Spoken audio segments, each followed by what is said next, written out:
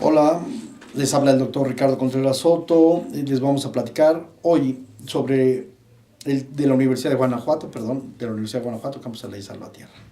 Les queremos platicar de un estudio que realicé que duró 10 años, junto con otros trabajos indudablemente. Este es uno de los trabajos importantes.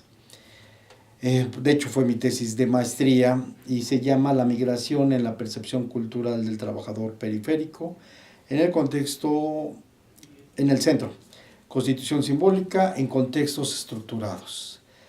Este trabajo fue asesorado por la doctora Phillips Ann McCarlan Morris, pero que ahora se llama Phillips Correa, o la conocemos en el medio como Phillips Correa. Y fue pues la maestra que me estuvo asesorando. Y claro, ya había tenido trabajos previos de colaboración con Marta Guevara, la doctora Marta Guevara, y el doctor Andrés Rodríguez. Trabajamos parte de este reto, porque en realidad se hizo una base de datos grande. Entonces eran muchas cuestiones temáticas, pero quiero señalar pues a estos dos doctores anteriores, porque fueron pues quien también me ayudaron a trabajar junto con Roberto Hernández Ampiri, otro tema que posteriormente les voy a presentar. Bien, este libro tuvo, bueno, en realidad se llama Motivos de Migración. Se pudo sintetizar en lo que es Motivos de Migración, porque de eso habla. Entonces vamos a ver qué son los motivos de migración.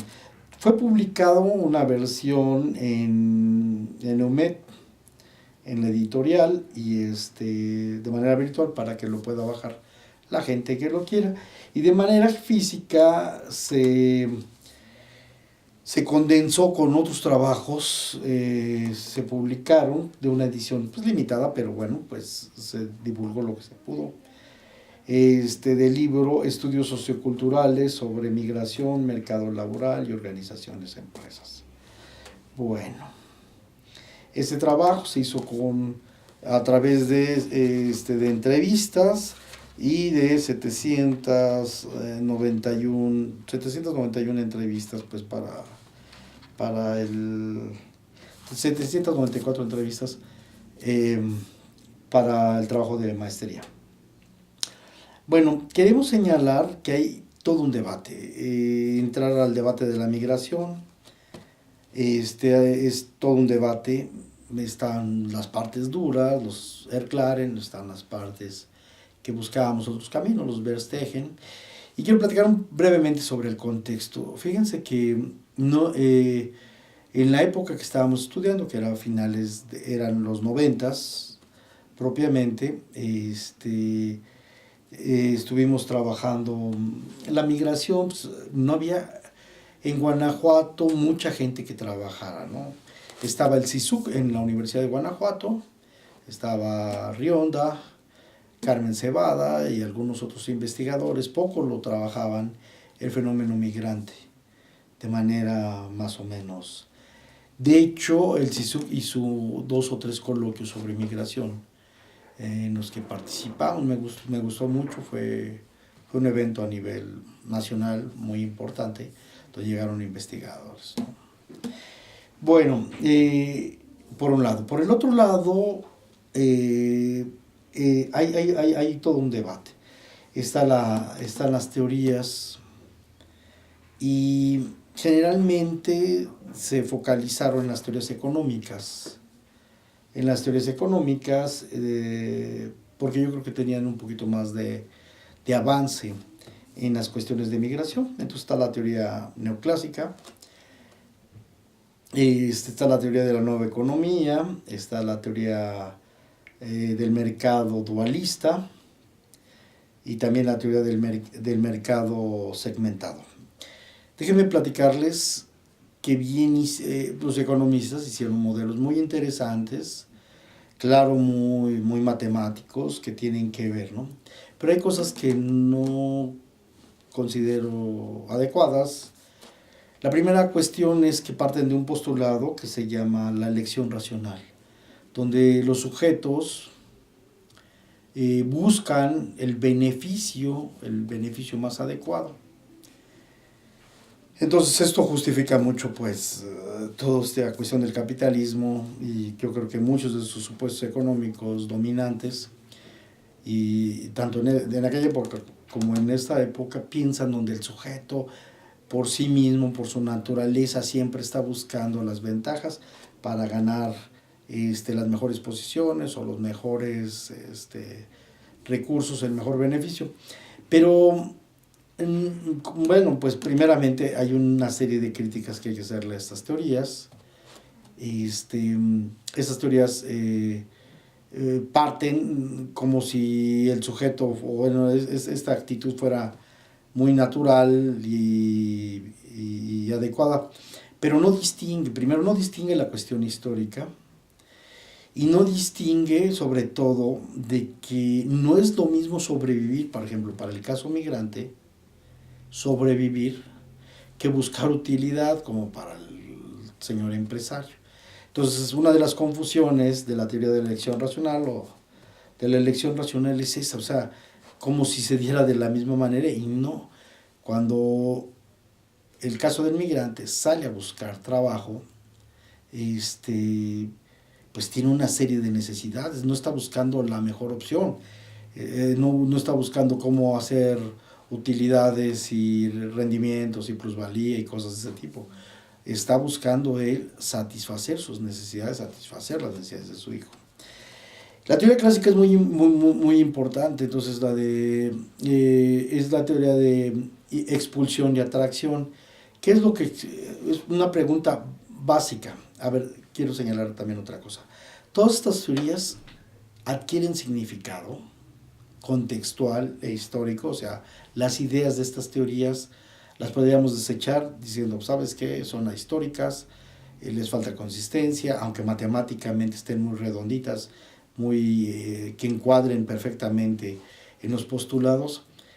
El problema es el problema de su historicidad. Las migraciones cambian en los procesos sociales, y con mayor razón en las sociedades receptoras, en el caso de los centros receptores, en Estados Unidos, en Europa, etc. Hay una serie de condicionantes que van cambiando, y también de las partes emisoras, de los países emisores, ¿sí?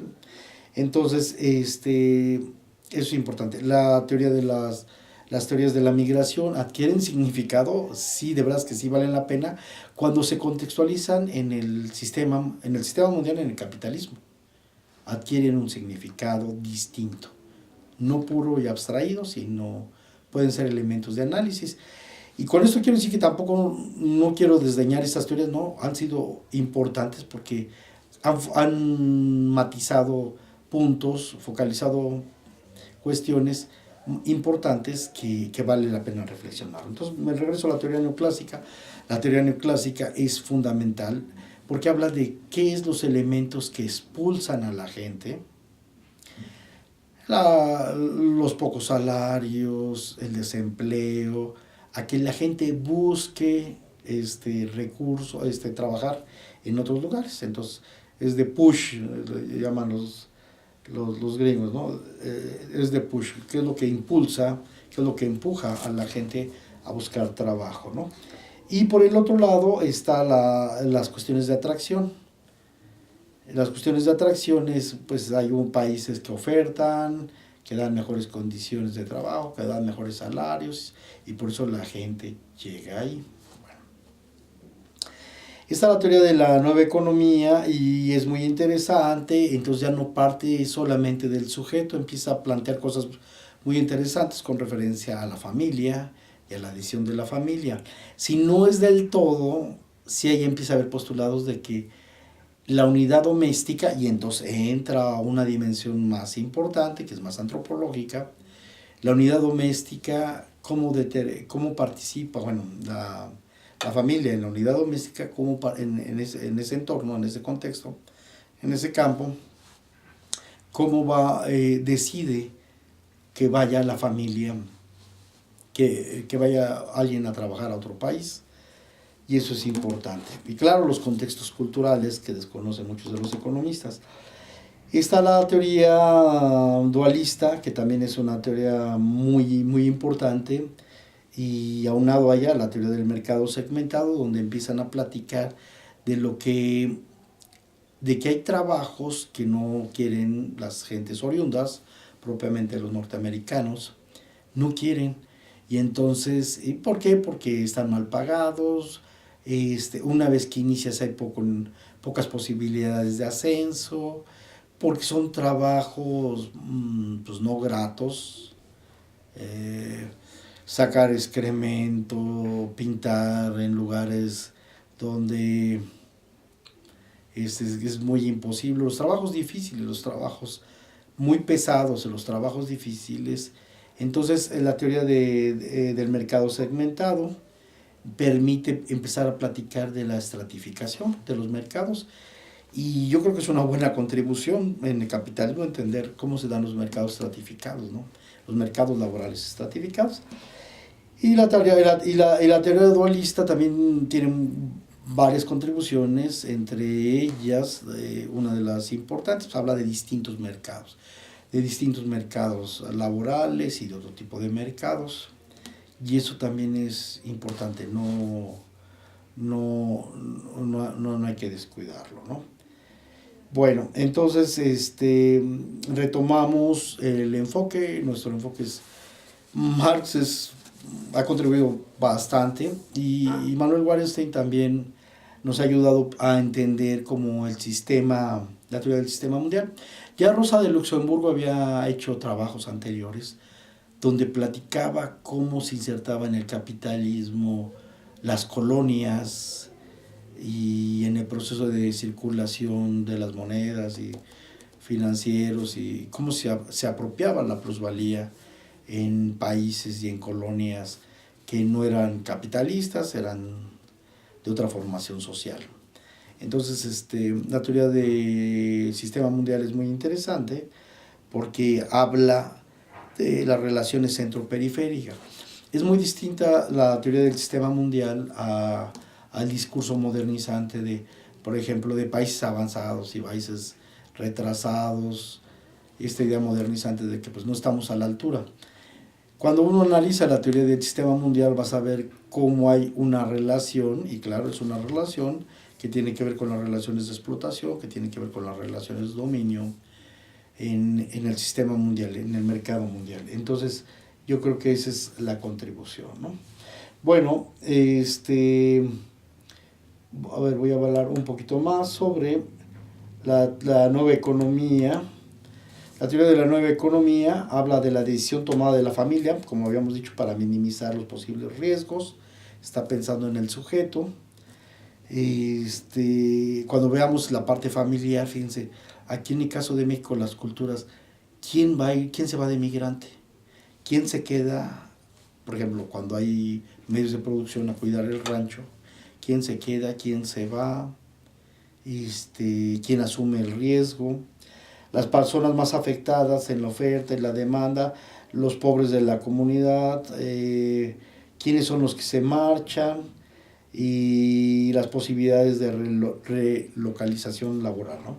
Quienes tienen ingresos que perder, y quién puede financiar estas cuestiones para poderse ir. Entonces, esta es la contribución que hace la economía, la nueva economía. Está la teoría del mercado dualista. Entonces, ¿quién va? La decisión personal se va a cuestiones que tienen que ver con factores de escala superior. Pues sí, por la chuleta, pero también son todas las implicaciones que tienen los migrantes: dejar a la familia, dejar a los niños chicos. ¿Quién asume? Pues las mujeres en la localidad. ¿Con qué se van a mantener en lo que hay incidencia laboral? ¿Quién va a pagar el viaje? ¿Cuánto cobraba el coyote? Sigue habiendo coyote y todo lo demás, pero es muy difícil por los sistemas de control que tiene actualmente Estados Unidos, ¿no? Entonces, la calificación de los trabajos, en qué trabajos debes de estar calificado, hay incidencia, y en qué otros trabajos, esta no es decisión, sino ya es en el mercado mismo, y los que no tienen calificación laboral, y por eso, pues, qué trabajos no requieren cualificación laboral, ¿no?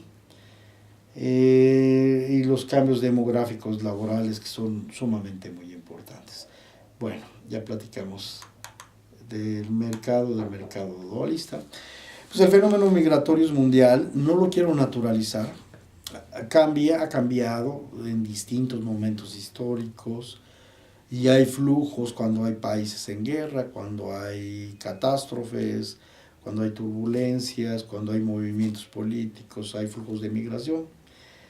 Y entonces también hay una división internacional de trabajo en los migrantes y cómo se dan los flujos, ¿no? En el caso de casi en América Latina, casi todo se va a Estados Unidos, pero también hay una migración a Europa, a Italia, por gente ecuatoriana, por gente boliviana, que se van a España o a Italia. Y en Brasil, pues sí hay quien se va a Estados Unidos, pero también se van a Japón. Y en Argentina, y la migración argentina, bueno, pues también se van a algunos Estados Unidos, pero otros se van a Italia y a Europa. Entonces fíjense cómo se dan los flujos migratorios, varían de acuerdo a momentos históricos, pero como que hay mercados, ¿no? De centros, de ciertas periferias hacia los centros, a ciertos centros de los flujos, ¿no? Bueno. Nuestro enfoque que vamos a analizar, tiene que ver pues, con un entramado. Entonces tiene que ver las cuestiones políticas, tienen que ver las cuestiones económicas, hay matrices culturales, hay matrices de situación, hay matrices que tienen que ver indudablemente con la identidad cultural, tanto del migrante mexicano, que no pasa inadvertido, ¿no? Que no pasa inadvertido por sus rasgos faciales, por las cuestiones de raza, pero es una cuestión cultural de identidad que se da allá. Ahora, no es nuevo, tiene muchos años. Recordemos que Guanajuato, que es el caso que yo investigo, tiene esa, se llaman estados de tradición migratoria, son los más viejos y los que tienen mucho mayor contribución, y este es el problema también. Y ese problema en Guanajuato, que en Guanajuato tuvo esa válvula de escape del recurso de migración mucho tiempo, junto con Michoacán, Zacatecas y Jalisco. Estos 4 estados por mucho tiempo, por más de 100 años, han estado trabajando y generando toda una cultura, tanto en las ciudades norteamericanas como en las ciudades emisoras de aquí, de los municipios, han afectado, ¿no? Bueno, ¿qué implicaciones de los inmigrantes hay en el sistema mundial? Muchas, pero quiero platicar algunas, ¿no? La primera es la problemática del país emisor. Y esta es una cuestión, o sea, muchos de los problemas de la migración hay una responsabilidad muy fuerte del país emisor, que debemos de entender, si se va la gente es por algo. Y posteriormente vamos a platicar por qué se va la gente, que ya muchos saben. Entonces, pues se va, ¿no? Y está el país receptor, que es el país centro, y hay una serie de procesos que se dan en la resocialización. ¿Qué es la resocialización? Bueno, pues son los procesos de socialización que se dan en los procesos de migración. Entonces, pues hay un Estado, hay instituciones, hay un mundo laboral, que es grandísimo en Estados Unidos en este caso. Hay un campo donde se adscribe cada una de las organizaciones. Y hay diversos campos donde inciden en la vida cotidiana, o sea, no solamente van a ir a trabajar y punto. Y el fenómeno es económico, indudablemente es económico, pero también van a salir a esparcirse, también van a salirse a recrear y van a tener una serie de cuestiones. Hay un elemento que no hay que olvidarlo, que son las relaciones sociales de producción, y que es fundamental, porque ¿quiénes son los dueños de medios de producción? Pues los dueños de allá. ¿Por qué? Porque cuando hay cuestiones de identidad, pues se convive con los afroamericanos, pero es lo mismo, por ejemplo, o con los hindúes, o con los japoneses, o con los coreanos. No es lo mismo que sean compañeros los coreanos a que sean dueños de los medios de producción en Estados Unidos. Sean dueños de empresas, los japoneses, los hindús, los apo, los afroamericanos, cómo cambian las relaciones y el papel fundamental de las relaciones de producción y claro, las relaciones al interno del Estado juegan un papel, o sea, que sean migrantes reconocidos, que sean indocumentados, es fundamental. Ahí hay una, una cuestión muy importante y donde recientemente pues se les quiere incriminar a los migrantes indocumentados como delito, como si fueran delincuentes, ¿no? Está la cuestión de las clases sociales, no hay que olvidar, hay que ver también la cuestión de percepción, de cómo se perciben los mexicanos cuando llegan, qué tan vulnerables, qué tan fuertes son, y el rollo de la heteropercepción, cómo perciben al migrante mexicano, los norteamericanos. He visto cosas y también pues muchas de las cuestiones xenofóbicas. Sí, mucha gente concibe y respeta el trabajo de los migrantes mexicanos en Norteamérica, muchos, pero otros no, otros piensan que son animalitos de carga, que no entienden, que los he visto hasta en caricaturas representados como cucarachas, que no es muy, es denigrante, ¿no? Al migrante mexicano. Bueno, pues lo que hacemos es una entrevista semiestructurada con una serie de preguntas y entonces les preguntamos a la gente que qué fue lo que motivó a irse a Estados Unidos. La gente de Estados Unidos, la gente mexicana, la mayoría, a ver, déjenme platicar una cosa, también previo a esto. Hicimos entrevistas en Estados Unidos, me tocó hacer entrevistas en Oregón principalmente, pero me costaba hablar con los migrantes mexicanos. Dudaban si yo pertenecía a la Border Patrol o a quién. Y los entrevisté en su trabajo y pues claro, contestaban, me daba cuenta por la manera, la expresión y claro, la cierta distancia que mantenían, por la sospecha que manifestaban. Cuando los entrevistaba, sí me contestaron algunos, pero dudaban pues de quién era y entonces pues lo que estaban diciendo no sé si es certero. Nos dimos cuenta que la mejor manera era trabajar con migración de retorno. Entonces, con toda la gente que tuvo experiencia, y muchas de ellas pues fue a la que entrevistamos, esa fue una estrategia. Y dos, también quiero señalar que pues como he dado la materia de metodología, preparé a mis alumnos para entrevistar y ellos entrevistaron a sus familiares, que los familiares no lo vieron mal, lo vieron y platicaron muy bien, al contrario, fueron como muy con sus mismos. Yo sé que hay cosas que quizás no platicaron, ¿no? Cuestiones de atracción o porque el cuestionario era mucho amplio y platicaba pues su estancia, la percepción y demás. Yo sé que no platicaron muchas cosas, pero sí platicaron cosas. Uno de mis estudiantes hace mucho tiempo me dijo cuando estábamos en ese trabajo que entrevistó a su mamá trabajó de trabajadora doméstica dignamente pues como migrante mexicana y no sabía de muchas cosas él de su mamá y tuvo la oportunidad de escucharla y me dijo, ¿sabe qué, maestro? Me da mucho gusto que haya conocido esa faceta de mi mamá, porque si no, muy difícilmente me lo hubiera platicado. Y también otras gentes también me dijeron cosas difíciles. Gente que dice, ¿sabes qué? Por ejemplo, otro alumno me dijo, ¿sabes qué? Yo no entendía por qué mi papá era así, pero ahora que entrevisté, me sirvió para entender por qué era así. Bueno, son de los muchos testimonios, recuerden que son 794 entrevistas que hicimos con motivos de migración. ¿Qué fue? Pues le hicimos una entrevista abierta y ¿qué fueron los motivos? Bueno, pues los motivos, de acuerdo a la naturaleza de las respuestas, pues los íbamos metiendo a cajita de desastre, que eran los motivos económicos, los motivos familiares, los motivos personales, y dentro de los motivos personales abrimos una vertiente que se llaman los motivos de placer. Ahorita les voy a decir placer entendido como qué es lo que entendimos. Entonces, pues los motivos económicos tenían que ver con todo lo económico y aproximadamente fue el 70%. Por bajos salarios, porque no había chamba, por las crisis recurrentes, etcétera, que voy a platicar más adelante.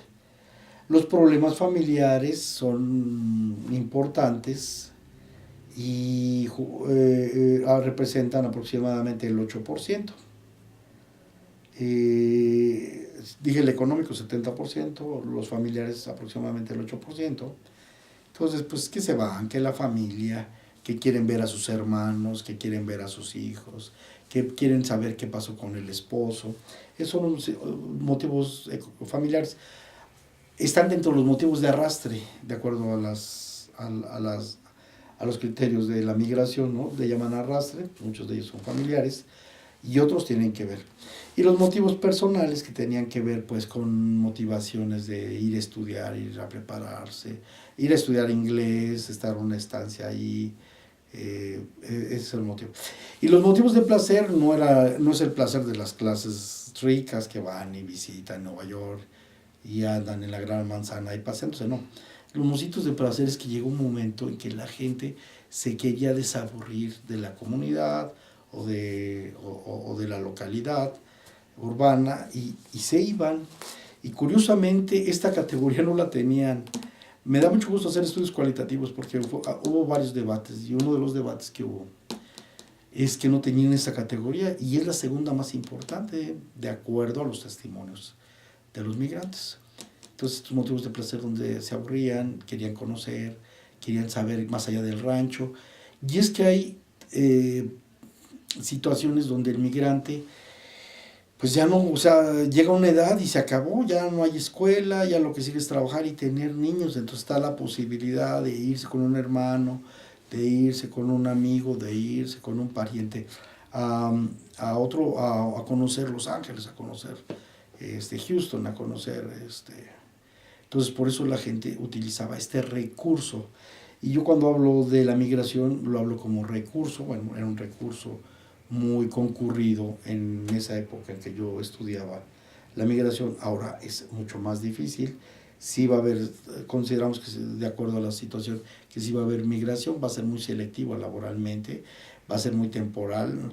Claro, hay familias ya desde hace mucho instaladas en Estados Unidos por derecho, por trabajo y derecho, y eso es bueno, pero no es el caso de todos, ¿no? Bueno, ahora, ¿cuáles son los motivos económicos por los cuales los migrantes se fueron? Los motivos económicos principales son salarios bajos. Esto que lo escuchen bien, tenemos problemas con los salarios. El recurso de migración se utilizó precisamente porque los salarios son bajos, que se entiendan los gobernadores, que entiendan los industriales, los dueños de empresa, que sepan que la gente se iba, o se va, o se fue, por los salarios bajos, aproximadamente un 40%. ¿Sí? Otro se va, el siguiente es por falta de trabajo o empleo. No hay trabajo. Bueno, el primero, los salarios son muy bajos. No alcanzas para construir una casa, no alcanza para darle un para apoyar con los estudios a tus hijos, no alcanza. Entonces, el salario bajo apenas alcanza. Y ahora peor, antes alcanzaba más o menos para la comida, ahora no alcanza ni están haciendo peripecias para las cuestiones de la comida a través de los salarios. Entonces la segunda es la falta de trabajo y de empleo, es un problema muy fuerte, es el segundo, que representa más o menos el 21%. Están posteriormente las crisis recurrentes, ellos no nos decían las crisis recurrentes, pero decían por la crisis, por las crisis recurrentes. Vamos a ver más adelante, recuerden que México tuvo varias crisis recurrentes, en esa época había 10 crisis recurrentes fuertísimas, ahorita platicamos de ellas. Para mejorar las condiciones de vida, es el cuarto motivo. Y fíjense que este quinto motivo es bien interesante, es para emprender o hacer formas de financiamiento. Pues claro, entonces la gente iba y juntaba recursos y emprendía a hacer la casa, emprendía tener el coche o emprendía a tener negocios.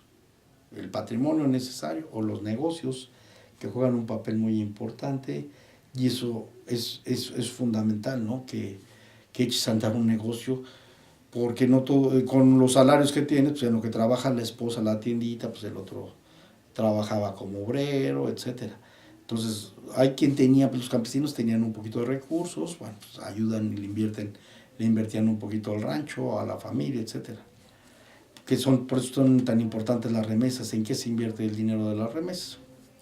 Pero también iban, juntaban y regresaban a poner negocios, claro, negocios modestos, dignos, la mayoría de veces, con la gente. El siguiente elemento es ayudar económicamente a la familia. Sí, se traba luego cuando los niños entran a la prepa, a estudiar. Entonces la gente iba de recurso de migrante para apoyar económicamente a la familia.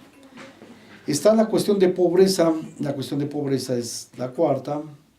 Claro, tiene que ver con el salario mínimo y todo, pero expresamente como pobreza era aproximadamente el 3.1%. Mejorar las condiciones del empleo, el 2.1%, los problemas del campo, hay muchos problemas del campo, los vamos a ver. Sucedió un fenómeno, me tocó verlo en los 80 y en los 90, muy seguido, que era la lumpenproletarización, bueno, no, y actualmente la lumpenproletarización de las clases trabajadoras. Hubo un momento en que las clases trabajadoras tenían un nivel de vida y bien, pero después se fueron desgajando por las crisis recurrentes y el poco salario que les alcanza para afrontar sus necesidades. Entonces se lumpenproletarizaban, es decir, se empobrecían demasiado las clases trabajadoras como actualmente. Y hay algo que se llama la proletarización de las clases medias y de la pequeña burguesía, que quiere decir que las crisis recurrentes, si me tocó ver, había gente que se tenía negocios y tronaba y se fueron, aún teniendo negocios, aún siendo emprendedores, aún teniendo pequeños negocios, se iban a Estados Unidos a buscar recursos, ¿no? Gentes profesionistas me tocó ver también en esta ola, porque fueron distintas olas del 94, 95, 96, 97. Me tocó ver mucha gente que se iba a Estados Unidos, profesionistas, donde supuestamente pues había condiciones para que hicieran, y ya estaban instalados, ya tenían incluso oficinas, departamentos, un trabajo muy especializado, pues con todo y eso se iban a migrantes porque no podían trabajar. Está el rezago y la problemática regional económica ya muy específica de los municipios y las localidades.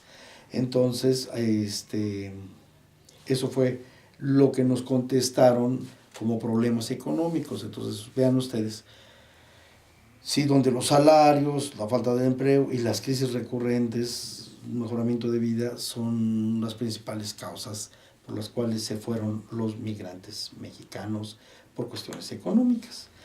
Entonces tenemos una tipología de los motivos donde vemos mejorar las condiciones de vida, mejorar las condiciones de trabajo, la lumpenproletarización de las clases trabajadoras, la proletarización de las clases medias y profesionales, los bajos salarios, las crisis recurrentes, la migración, la falta de empleo, el rezago del campo y los problemas que hay y el emprendimiento, que es una de las figuras que era muy interesante.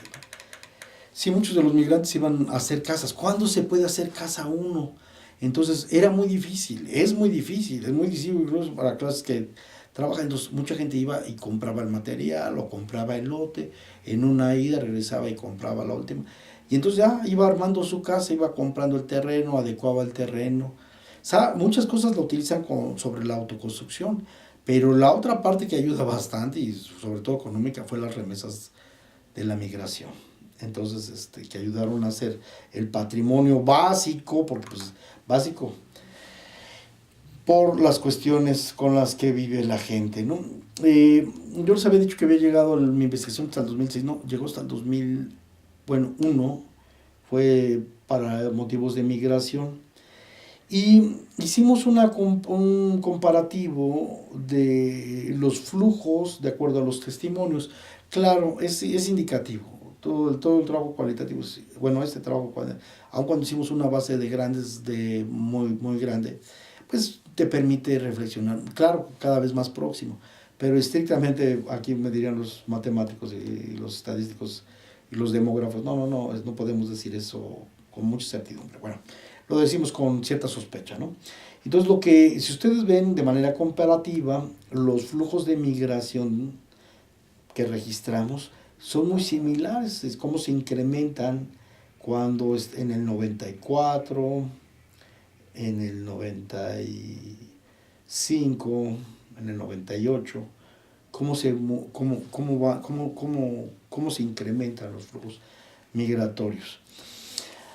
Nos basamos en un trabajo de Jonathan Haidt, que es un excelente economista en México, nos gustó mucho, hizo un texto en una editorial pues no muy prestigiada, pero afortunadamente cayó en nuestras manos, que habla de las crisis recurrentes, y él nos hablaba de 10 crisis recurrentes. Una de las crisis muy fuertes en México y que impactó muy fuerte fue en 1976. La otra crisis también muy fuerte en México, la del 76, fue fuerte. La de 1982 también fue muy fuerte, fue una crisis que pegó en la economía familiar. En 1985 también tenemos otra crisis. En 1987 tuvimos una crisis y todavía no terminada, y viene la de 1988 con los ajustes estructurales y estas cosas, y luego hasta 1990. Después, en 1990 baja, se mantiene, y en 1994 otra vez viene la crisis, se hacen en 3 etapas, las tres crisis.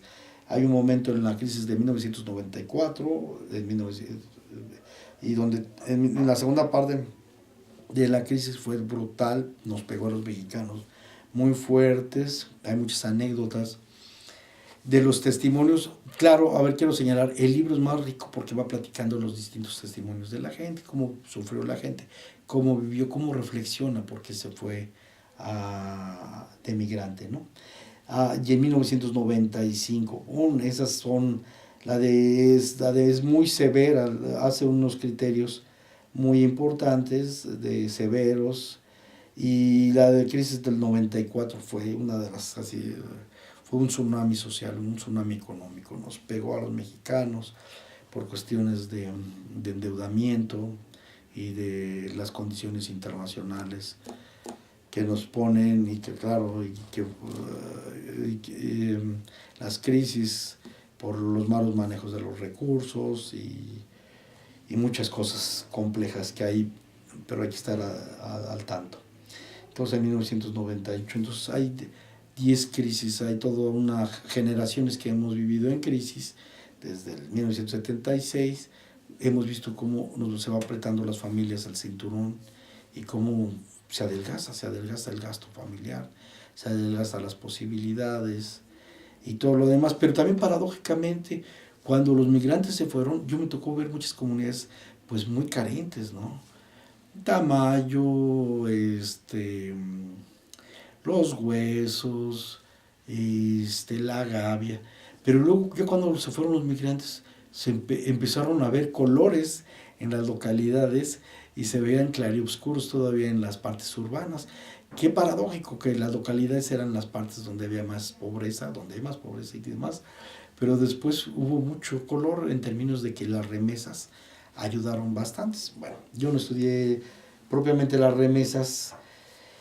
Muy bien, hay otra tipología de los problemas del campo, y de acuerdo, haciendo una síntesis de la gente que nos platicaba de los problemas del campo, es la descapitalización y la ausencia de otros recursos. ¿Cómo se va descapitalizando el campo?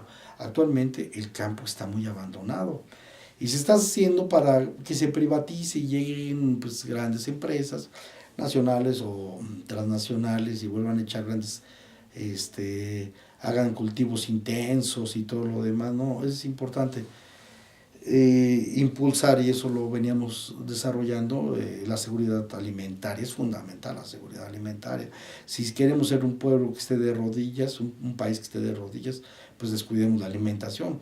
Pero si queremos vivir dignamente en toda esta orquesta mundial y que no nos no abusen pues del país, los organismos internacionales, financieros sobre todo, pues hay que apostarle al campo. Hay que ver estrategias para capitalizar nuevamente al campo y para hacerlo productivo y también hacerlo social, no más productivo y este tipo de cosas, ¿no? La ausencia o decremento de los apoyos de campo, la falta de estrategias para el desarrollo, sí, acuérdense que aquí no subsidiamos, pero en Estados Unidos sí subsidian y hay un doble discurso, y en Europa sí se subsidia y hay un doble discurso de que no, que cómo vamos a subsidiar, que eso es pasado de los mismos neoliberales, pero vayan a ver, y en Estados Unidos se subsidia la luz, se subsidia muchas cosas, y saben la importancia que hay los alimentos, en la cuestión estratégica de los alimentos, ¿no? La ausencia del empleo en las comunidades rurales, pues claro, o sea, ya ni de peones, hay mucha chamba, algunas cosas se han venido a cambiar por la tecnología, pero pues la gente está en búsqueda de la chuleta. Y recuerden que las comunidades campesinas son las que tienen niveles de estudios más bajos, entonces tenían ese gran problema que hay, y claro, eran ultra explotadas en Estados Unidos, como sabemos, ¿no? Claro, se les paga mucho mejor que aquí, se les paga entre 3 y 10 veces más aproximadamente. Entonces, trabajar allá pues hasta da gusto, ¿no? Es quizá el mismo esfuerzo. Claro, allá no te van a tratar así, con una sillita y un ventilador para que estés... No, saben que al migrante le tienen que sacar provecho y lo explotan y claro, no les pagan lo mismo que les pagan a los oriundos de allá. Les pagan mucho menos y por eso aman mucho la mano de obra trabajadora, pero es mucho mejor que aquí y esto no le han tenido a las autoridades ni a los empresarios, ¿no? Las competencias desiguales en los mercados, claro, entre los pequeños productores y los grandes productores, la situación de los mercados locales, las cadenas grandes transnacionales que vinieron a romper los sistemas regionales de producción y los centros comerciales como rompen con los productores locales de jitomate, cebolla, frijol, y no nos damos cuenta, eso sí estamos muy modernitos ahí caminando en los súpers, ¿no? Las cuotas, los costos altos de insumos de producción, ya platiqué que pues sí subieron bastantes, sobre todo con la electricidad con los productores, el agua, el problema del agua sigue siendo un problema. Las tierras y pues a los migrantes, perdón, a los trabajadores, a los ejidatarios, pues tienen tierras, pero hijo, casi del desierto cultivan. Ahí yo pienso que se debe apoyar pues con con las formas de cultivo. Sí se habló del girasol, que permitía tener menos lluvia, menos temporal o menos riego, y que sí se daba. Bueno, pues hay que apoyar, pensar eso. Y además, el maíz, nuestra cultura es de maíz, y el maíz es tan importante porque en caso de que no se venda, se come ahí, a diferencia de otros productos como el algodón. Bueno, la explotación de los jornaleros, horas largas, salarios mínimos pésimos, el bajo pago al productor directo sí, al peón, no, a los peones les pagan nada, muy mal pagado y es terrible, y ellos viven con sus familias, muchos de ellos descalzos, o sea, está la pobreza muy fuerte en el campo. Están los intermediarios que acaparan el mercado, están los coyotes, los grandes distribuidores que te compran barato y ellos lo venden caro, por eso es importante las estrategias de productores directos dentro del mercado.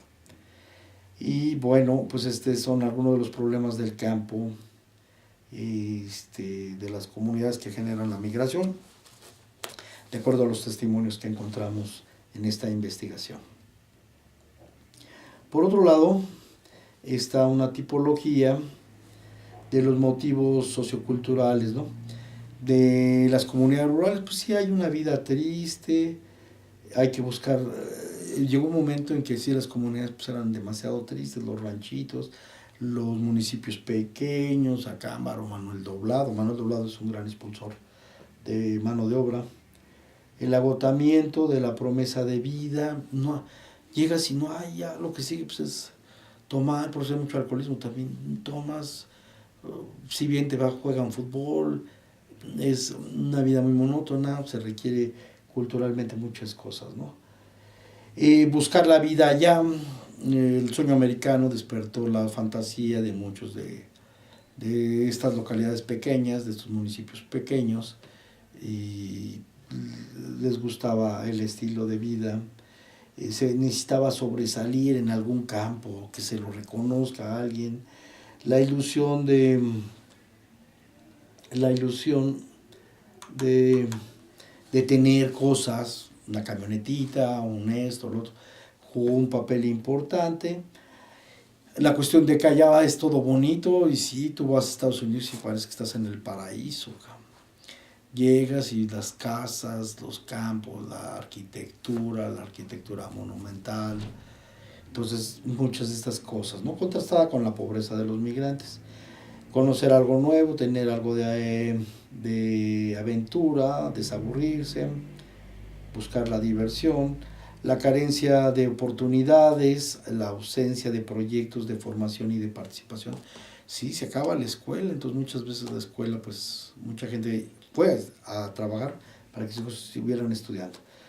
Buscar mejor ambiente de vida, mejores condiciones sociales y lo que no faltara algo a la familia, la incapacidad de la reproducción social. O sea, es terrible, ¿no? Y tiene que ver, claro, con los salarios muy bajos, insisto, en nuestro país, que no debe de ser, y que esto es pues terrible. Bueno, ahora nos vamos con la tipología. Encontramos que hay cierta tipología, o sea, son para cuestiones familiares, no por motivos económicos, de las mujeres y de los hombres. Entonces encontramos que la migración femenina, por ejemplo, en el caso de las solteras, tenía que ver primero con la relación familiar y luego la responsabilidad delegada asumida. Hay familias que no tienen hijos, entonces a quien mandaban era a la hija a que trabajara y ella asumía responsablemente el reto.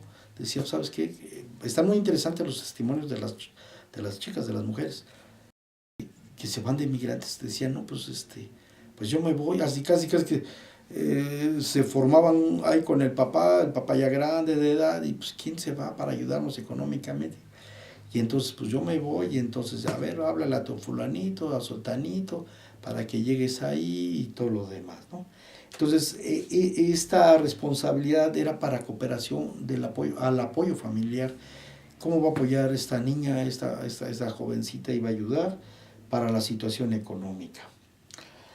Por otro lado, pues claro, este era un tipo de migración y era mayor, pues, en el caso de la migración femenina, soltera. Y luego las mujeres que no tenían problemas de este tipo, familiares, de quién iba a entrar al quite de manera responsable, y si iban de migrantes, sí, también hubo quien se fue para cuestiones autónomas, no familiares, para la argumentación pues, era para superarse, mejorar sus condiciones de vida, ahorrar, planear el futuro, planear la boda. Muchas de ellas ya todavía no tenían el novio, pero ya iban a buscar el recurso para planear la boda, que es un evento muy importante para las mujeres de manera cultural.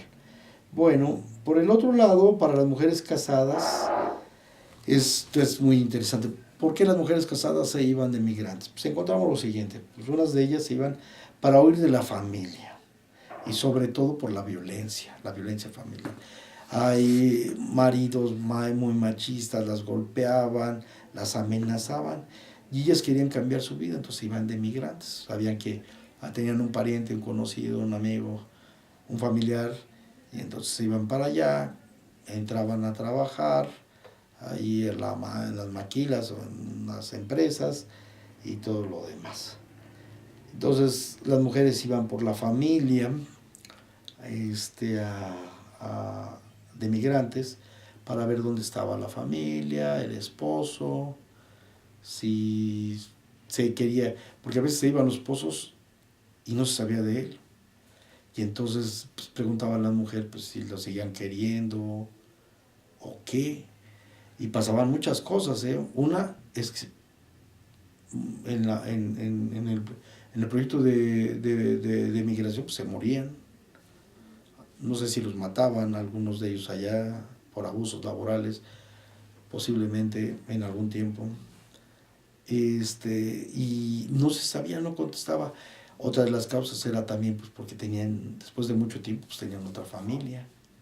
Entonces el migrante llegaba y hacía otra familia, ¿no? Otra cuestión es la dispersión en términos de que, bueno, pues había tanto relajo en la familia como que a veces era necesario echar orden y la mujer se iba para un poquito retomar y volver a retomar la voluntad y el orden en su vida emocional. Y la búsqueda del marido o parientes, y muchas mujeres sí fueron a ver qué pasó con el hermano, con el esposo, con el papá. También otras se fueron a la reunión familiar, porque ya se fue primero un hermano, y luego se fue el otro hermano, y luego se fue el hermano, y luego se llevaron a la mamá, y entonces que decían, no, pues yo me voy con mi familia, ya no está aquí, y entonces se iban de reunión familiar. Algunas veces se quedaron y se establecieron en Estados Unidos. Otras a acompañar al marido, que es lo de arrastre, bueno, si se llama en migración, entonces se llama de arrastre. Y estrategias de apoyo como cuando eran solteras, de ir a ayudar y apoyar. Y a veces me tocó ver casos también donde se iba la mujer, el hombre, o si iban los dos, se iba el matrimonio, luego los hijos estaban aquí para hacer estas cuestiones, ¿no? Entonces, estas son de las cuestiones. Y también no hay que olvidar esto de que es un elemento importante, la ausencia del marido, la situación indefinida de la vida familiar y personal. La mujer es la base de las sociedades, la sociedad migrante funcionó pues, porque aquí hubo una mujer que respondió por los hijos, por la familia y que desarrolló actividades incluso agrícolas o ganaderas, ahí traía sus gallinitas, etcétera. Es muy interesante el fenómeno migratorio y los impactos sociales que se van dando y que tienen que ver con los motivos de migración. Bueno, ¿y cuál es la tipología de las mujeres separadas? Bueno, divorciadas, madres solteras, viudas, etcétera, ¿no? Pues era reunión familiar predominantemente, transición de ruptura familiar, donde, bueno, pues vamos a definir bien cómo se va a quedar esto. Entonces, el recurso de migración sirvió para la transición de la ruptura familiar, restablecer o fortalecer los eslabones familiares en el centro, ¿sí?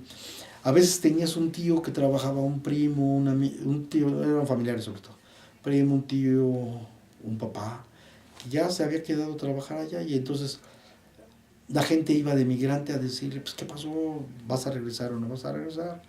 ¿O qué pasó, primos? Ya tenemos muchos años que no los veo allá. Y entonces se recurría a la migración para restablecer o fortalecer los lazos familiares y volver a establecerlos. Fíjense por qué es tan importante, ¿no? Aunque tengas familia en Chicago, pues iba la gente a decir, oh, pues acuérdate que... Y llegabas a trabajar y todo lo demás, pero reafirmabas. Entonces están los motivos, en la madre soltera están los motivos económicos, que eran de los principales. La expulsión de casa, de la familia, cuando se embarazaban, todo, que las corría el papá, la mamá, de manera injusta. Y en la madre soltera, y claro, el dilema de toda madre es mantener a su hijo. Entonces a veces lo dejaba en casas de la mamá, en otros casos lo dejaba en casa de la mamá, iba, juntaba dinero y le mandaba dinero a su mamá. No estaba la mamá con el niño, la mamá estaba trabajando a miles y miles de kilómetros, a cientos de miles de kilómetros de donde estaba su bebé. Y acuérdense que para estas épocas pues no estaban los medios de comunicación, pues eran distintos, ¿no? Bueno, en la tipología masculina encontramos otra serie de motivos, ¿no? Claro, lo dividimos entre solteros y casados, que es de la siguiente manera, de acuerdo a lo que encontramos. El soltero, pues iba por dos cuestiones. Una, por las cuestiones de responsabilidad, también delegada de la familia, y él iba pues, a apoyar y a colaborar, iba a juntar dinero y a mandarle a su familia, a juntar dinero y a mandarle a su familia, para mantenimiento y desarrollo, ¿no?, de la familia, con relacionado. Y luego, los solteros. Pero también hubo casos donde dijeron, no, yo voy por cuestiones particulares, no necesito mi familia y quiero saber qué es lo que hay, y pues se iba. En el caso de los hombres casados, pues se iban por la cuestión económica, e indudablemente se iban por las cuestiones económicas, como jefe de familia, generaban una ausencia, se iba, cuando era responsable, efectivamente, pues mandaba el dinero, y hay testimonios y pláticas muy padres, ¿no? Una compañera que me platicó que su papá llegaba y se escondía el dinero y le decía a sus hijos en qué partes tenía el dinero y ellos lo sacaban y pues la familia se ponía feliz. Entonces cuando regresaba el papá llevaba todo el dinero. Sí, también hubo abusos, deje de platicarles en los correos mandaba luego la gente el dinero y los carteros veían atrás si traían y se quedaban con el dinero. No, bueno, hay muchas historias aquí en Guanajuato de eso. Pero también está la otra vía donde el papá, pues, el papá era irresponsable, le daba quebrantamiento, había sustitución de familia, había una doble familia, terminaba con ruptura y demás. También me tocó ver a chavos que se iban, supuestamente se iban para juntar dinero y regresaban peor o igual, sobre todo los solteros que no lograban consolidar las cosas. La jaula de oro le llamaban así, de hecho hay una película de migración a Estados Unidos porque generaban expectativas grandísimas y lo que se decía, llegaban los migrantes y platicaban y eso alimentaba el sueño americano para que los mexicanos se fueran y platicaban maravillas de las chavas, de los carros, de lo que ellos veían. Pues era otro mundo, era otra cosa. Allá era el centro, aquí es la periferia y ese era el imaginario por la cual mucha gente se iba a Estados Unidos. Bueno, luego tenemos la tipología de los motivos, que es los de economía familiar, los problemas del campo, ya de las crisis que ya platicamos, de los problemas familiares, pues está la reunión, la atracción, salir con la familia, generar apoyo y solidaridad, y los personales que tienen que ver con superarse, el sueño americano, y los de placer a romper con la vida cotidiana que se lleva aquí en la localidad y darle al conocimiento, a la aventura, la oportunidad que se dé. También hicimos, les digo que el libro es mucho más rico por los testimonios que son muy ricos. Siempre a mí me gusta la parte cualitativa porque lo que te va diciendo la gente es hermoso. Es hermoso, es trágico, es interesante, pero es la manera como palpas, cómo vive la gente, cada uno de los problemas, ¿no? Entonces hay migración recurrente, entonces hubo, pues, claro, hay ciclos, los migrantes golondrinos que iban y venían. También les preguntamos y también nos platicaron, entonces a veces ellos tenían generalmente a veces el problema económico, después fueron motivos familiares porque querían ir a ver a su hermano y después fueron motivos de placer porque dijeron, no, sí, pero ya me aburrí, entonces, ¿qué quiero decir? Quiero decir que los migrantes recurrentes tenían distintos motivos. Hay quien, si fue 4 veces, las 4 veces fueron motivos económicos. Sí me tocó verlo, sí ahí les platicamos en el libro los casos. Pero también hubo quien fue una primera vez y fue un motivo, el motivo económico, después fue el motivo familiar y luego fue el motivo de placer. Qué interesante, entonces no forzosamente la migración recurrente todo el tiempo era económica, no, era de distinta índole. Entonces ya hacían amigos, iban a ver qué pasó con los amigos, los patrones se portaban bien, hubo casos, entonces querían venir a ver, la familia, pues eran bien recibidos porque por lo general los migrantes mexicanos son muy chambeadores, por lo general. Entonces, sí, claro, tenemos de todo, pero por lo general. Bueno, ahora, no hay que olvidar, y este es por eso el último punto. Y el último punto que a mí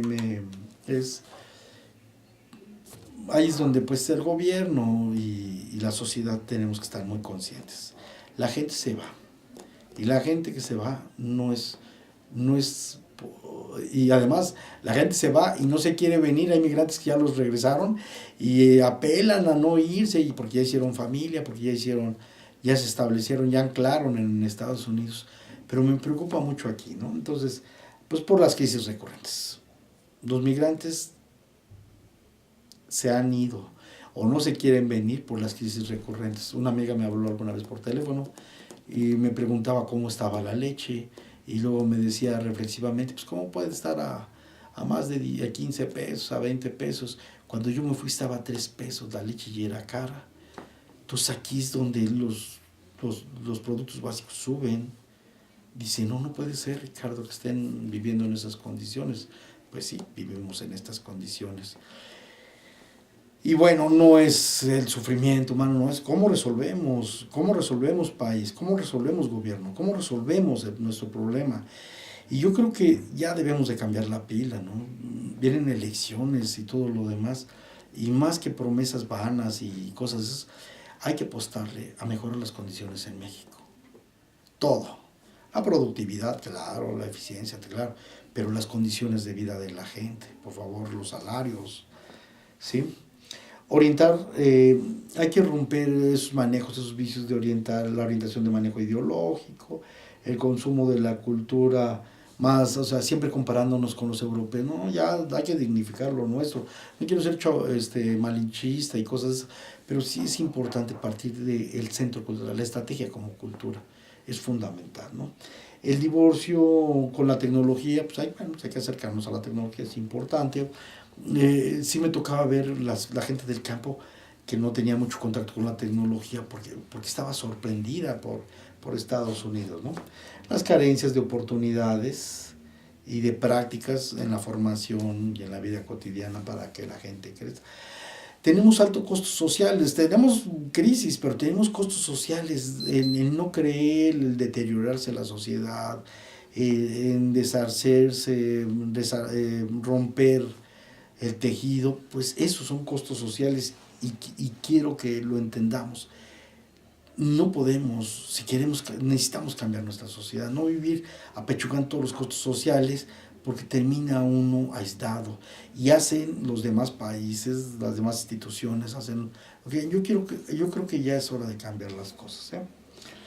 Pues hay violencia, hay delito, hay segregación, hay ignorancia, hay problemas de pobreza, es un tema central, por eso nos hemos, como investigadores, algunos de nosotros, a orientar a la cuestión de la pobreza.